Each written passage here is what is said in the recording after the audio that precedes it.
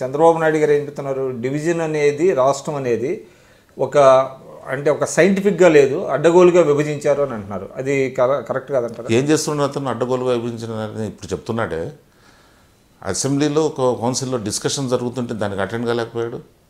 Government of India మేము decision తీసుకుంటున్నాము, దీనిపైన మీ సజెషన్స్ ఏంటి, ఏ విధంగా చేస్తే బాగుంటుందంటే అక్కడికి రాలేకపోయాడు. ఎందుకు రాలేకపోయాడు? ఈ పొద్దు అరుస్తున్నాడు రూఫ్ టాప్ పైన నిలబడి. నువ్వు గిన అంత నాలెడ్జిబుల్గా ఉండి అంత రాష్ట్రాన్ని డివైడ్ చేసినప్పుడు రాష్ట్రం పైన అంత ఇంట్రెస్ట్ ఉండేవాడు అయితే ఎందుకు అటెండ్ కాలేకపోయావు? ఎందుకు సజెషన్ ఇవ్వలేకపోయావు ఈ విధంగా చేస్తే బాగుంటుందని? నాకు 2 కండ్లు 3 కండ్లు 4 కండ్లు ఇటువంటి ఫిలాసఫీ అంతా చెప్పేసి నువ్వు ప్రజలను మోసం చేసి. కానీ ప్రజలు మాత్రం చంద్రబాబు నాయుడు గారి అనుభవం పనికొస్తుంది, ఆయన అనుభవజ్ఞుడు ఇటువంటి పరిస్థితుల్లో అనేది ప్రజలు స్పష్టంగా ఆయనకే తీర్పిచ్చారు కదా. ఏం స్పష్టంగా ఇచ్చారు? ఎంత పర్సెంటేజ్ ఓట్స్ వచ్చాయి అతనికి? ఎంత పర్సెంటేజ్ వచ్చింది? దానికి ఆయన చేసిన కార్యక్రమాలు ఏంటి? అవకాశవాదంగా బీజేపీతో చేతులు కలిపాడు. ఒకప్పుడు చెంపలేసుకున్నాడు బీజేపీతో వద్దని. పవన్ కళ్యాణ్ పట్టుకొని అది చేసుకున్నాడు. రైతులు మోసం చేశాడు. ఎన్ని ప్రామిసులు చేశాడు? అన్ని కులాలకు అన్ని మతాలకు ప్రమాణం చేశాడు. అన్ని సెక్టర్లకు ప్రామిసులు చేశాడు. ఏ ఒకటైనా ఇంప్లిమెంట్ చేస్తున్నాడా? He came to power by default. అంటే ఇప్పుడు కొన్ని ప్రామిసెస్ ఆయన చాలా నిర్దిష్టంగా చేశారు, చాలా వరకు ఇంప్లిమెంట్ చేస్తున్నారు కదా. ఏం చేస్తున్నారు? రైతు రుణమాఫీ 24,000 కోట్లు ఇచ్చారు. తర్వాత 1,000 రూపాయలు 1 lakh crores బ్యాంకర్స్ మీటింగ్లో అసెస్ చేశారు ఎంత ఉంటుందని. 86,000. దాని ఇంట్రెస్ట్లు అంతా కలిపితే 1 lakh. ఎంత ఇచ్చాడు ఇప్పుడు? అంటే గతంలో మీరు చూస్తే దేశంలో కానివ్వండి రాష్ట్రంలో కానివ్వండి ఆ మాత్రం చేసిన వాళ్ళు కూడా ఎవరున్నారు? రైతు రుణమాఫీ చేశారు. గవర్నమెంట్ ఆఫ్ ఇండియానే చేసింది. గవర్నమెంట్ ఆఫ్ ఇండియానే కంట్రిబ్యూట్ చేసింది అంతకుముందు. అంటే ఇప్పుడు రాష్ట్ర విభజన నేపథ్యంలో మన బడ్జెట్ చూస్తే చాలా అంటే ఆర్థికంగా చాలా ఇబ్బందులు ఉన్నాయి. ఇటువంటి పరిస్థితుల్లో 24,000 ఏమి ఇబ్బందులు ఉన్నాయి? నేను అదే క్వశ్చన్ చేస్తున్నా. ఇది ఒక ఆర్గ్యుమెంట్ బాగా తీసుకెళ్తున్నారు. ఎంత ఇబ్బందులు వచ్చాయి? ఏమి ఇబ్బందులు? ఇప్పుడు రాజధాని కూడా లేకపోతే ఇబ్బంది కాదంటారా? రాజధాని వాళ్ళు ఫండ్ చేస్తారంటే నువ్వు రాజధాని ట్విస్ట్ చేసి దాన్ని 1,00,000 కోట్లతో కట్టాలనేది ఇచ్చి వాళ్ళు ఇవ్వలేదని బ్లేమ్ చేసుకుంటున్నావు. ఎవరెడ్డి గాడి నీకు 1,00,000 కోట్ల ఇది కట్టమని? అంటే ఇప్పుడు రాష్ట్రం విడిపోయిన పరిస్థితుల్లో హైదరాబాద్ లాంటి నగరాన్ని మనం వదులుకోవాలి. ఎవరు హూ ఈజ్ డిమాండింగ్ యూ? అంటే దానికి ఒక పెట్టుబడులు రావాలని అంటే ఒక పెద్ద క్యాపిటల్ చూసి పెట్టుబడులు వస్తాయా? నీకు వాతావరణం కల్పించవండి.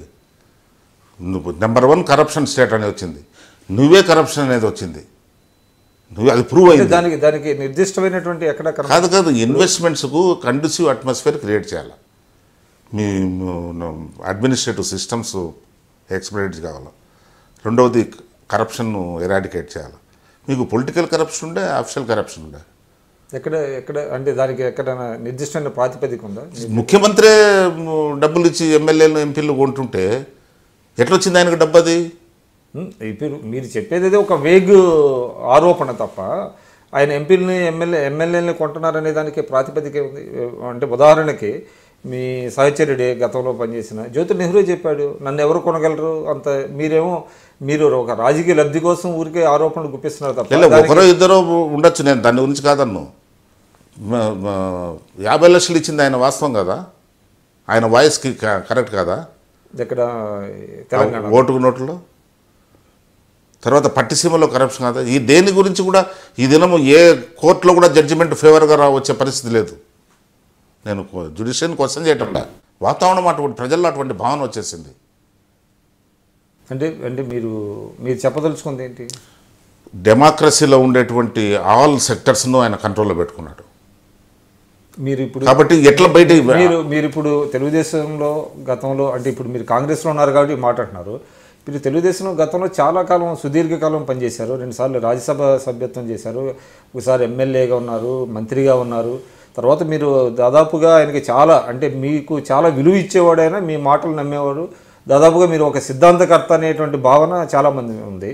మరి అప్పుడు చంద్రబాబు నాయుడు గారి పనితీరుకి ఇప్పుడు పనితీరుకి డిఫరెన్స్ అంటే ఇంత బ్లాటెంట్గా ఇంత గ్లేరింగ్గా కరప్షన్ ఉండేది కాదు అప్పుడు. అఫ్కోర్స్ పార్టీ రన్ చేస్తానికి కొన్ని అబరేషన్స్ ఉంటాయి, నేను కాదన్ను. కానీ ఇంత ఇప్పుడే ఎందుకు వచ్చిందంటారు? బుహాట్ వాస్ చంద్రబాబు నాయుడు గారిని అడగాలి. ఇంకా సరే, ఆ విషయాన్ని పక్కన పెడదాం. అందులో ఇంకోటి సిద్ధాంతకర్త ఇదంతా ఇట్స్ ఆల్ బంకం. చంద్రబాబు నాయుడు ఏమనుకున్నాడో అదే జరుగుతుంది నిర్ణయం. ఆ నిర్ణయం వరకు మేము మాట్లాడుతూనే ఉండాలి. అంటే అప్పుడు మీ వాయిస్ ప్రివేల్ ఎక్కడ ఎప్పుడు కూడా వాయిస్ ప్రివేల్ అయిందిలే. కానీ ఇప్పుడు మీరు అది ఎప్పుడు చెప్పలేదే గతంలో చెప్పినట్టు ఎక్కడ పార్టీలో ఉండి పార్టీని డిఫై చేస్తే ఎట్లా మాట్లాడతాం, ఏ విధంగా మాట్లాడతాం? సరే, మీకు రాజకీయంగా మీరు ఒక చార్టెడ్ అకౌంటెంట్, మీ వృత్తిలో మీరు ఉన్నప్పుడు సరే ఎన్టీ రామారావు గారు మీకు అవకాశం ఇచ్చారు రాజకీయంగా. తర్వాత సబ్సిక్వెంట్గా రామారావు గారిని దించడంలో కూడా మీ పాత్ర ఉంది కదా ఆ రోజు చంద్రబాబు నాయుడు గారు. That is glaring aberration in my life. ఇప్పుడు రిపెంట్ అవుతున్నారు మీరు? చాలా దేవుడిని ప్రార్థన చేసిన రోజులే ఏదైనా దీనికి పనిష్మెంట్ ఇస్తే తక్కువ భరించేటువంటి పనిష్మెంట్ ఇవ్వండి. అంటే ఇప్పుడు కాంగ్రెస్లోకి వచ్చారు కాబట్టి లేదు అప్పుడు కూడా వీఆర్ టోటల్లీ మిస్లెడ్. ప్రజాస్వామ్యం నాశనం అయిపోతుంది అన్నప్పుడు బ్రహ్మ మేము నమ్మినాము. అంటే మీరు ఎప్పుడు ఇది ఈ రియలైజేషన్ మీకు ఎప్పుడు వచ్చింది? నాకు ఒక 3 years తర్వాత వచ్చింది, ఇది 3-4 years తర్వాత. కానీ అయితే ఒకటి మాత్రం వాస్తవం, మీరు ఎన్టీ రామారావు గారి పీరియడ్లో కంటే మీరు చంద్రబాబు నాయుడు గారి పీరియడ్లోనే మీకు ఎక్కువ అవకాశాలు వచ్చినాయి. 96లో మీరు రాజ్యసభ సభ్యత్వం ఇచ్చారు మీకు. తర్వాత 44 మంది ఎమ్మెల్యేలు గెలిచిన రోజున కూడా ఒకే ఒక్క అవకాశం వస్తే కూడా అది కూడా రెండోసారి మీకు ఇచ్చారు చంద్రబాబు నాయుడు గారు. అది కూడా ఒక కప్పు కాఫీ ఖర్చు లేకుండా, అంటే అని చెప్పాడు వాళ్ళే అన్నారు కప్పు కాఫీ ఖర్చు లేకుండా. అయినప్పటికీ మీరు ఇంకా 2 సంవత్సరాలు రాజ్యసభ నేను ఒకటి చెప్తున్నా ఇక్కడ, నేను లెట్ మీ కంప్లీట్. అంటే 2 సంవత్సరాలు రాజ్యసభ సభ్యత్వం ఉండగా చిరంజీవి గారు ప్రజారాజ్యం పెట్టారు.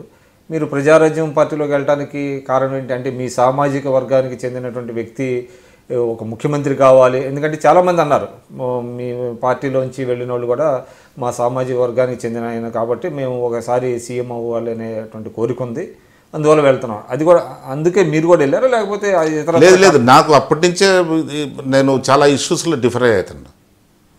నేను ఇప్పుడు అవన్నీ బయట పెడితే కదా ఎథికల్గా ఉండే పర్సన్ కాబట్టి బయట పెట్టాలి. అప్పటికే మీకు కొంత అసంతృప్తి? బాల్కో విషయంలో నేను డిఫర్ అయినా అతనితో. బీజేపీతో చేతులు కట్టేటప్పుడు పొలిట్ బ్యూరోలో వెహిమెంటల్గా ఆర్గ్యూ చేసా వద్దని. 2004లో ఎలక్షన్ మేనిఫెస్టో రాసేటప్పుడు రైతులు 3 సంవత్సరాలు కరువు ఫేస్ చేశారు, 1120 కోట్లు ఎలక్ట్రిసిటీ అరియర్స్ ఉన్నాయి, కట్టలేరు, వేవర్ ఇస్తామని ఫైట్ చేశా.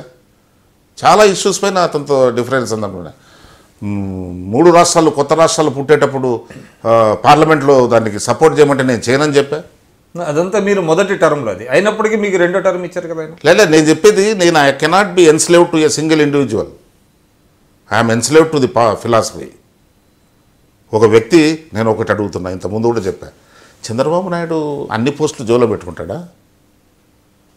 ఎమ్మెల్యేలు, ఎంపీలు, మంత్రులు అన్ని తనే పెట్టుకుంటాడా? అంటే చంద్రబాబు నాయుడు ఎట్లా ముఖ్యమంత్రి అంటే ఈవెన్ దో మీరు ఇందాకే కాదు, నేను అడుగుతా, ప్రతి ఒక్కరు చెప్తారు మీకు 2 సార్లు రాసిన ఎవరు సొత్తని ఇచ్చినారు ఇది? I'm not competent, I'm not capable, I'm not qualified, నా కాంట్రిబ్యూషన్ లేదా పార్లమెంట్లో? పొలిట్ బ్యూరో డిసైడ్ చేసింది.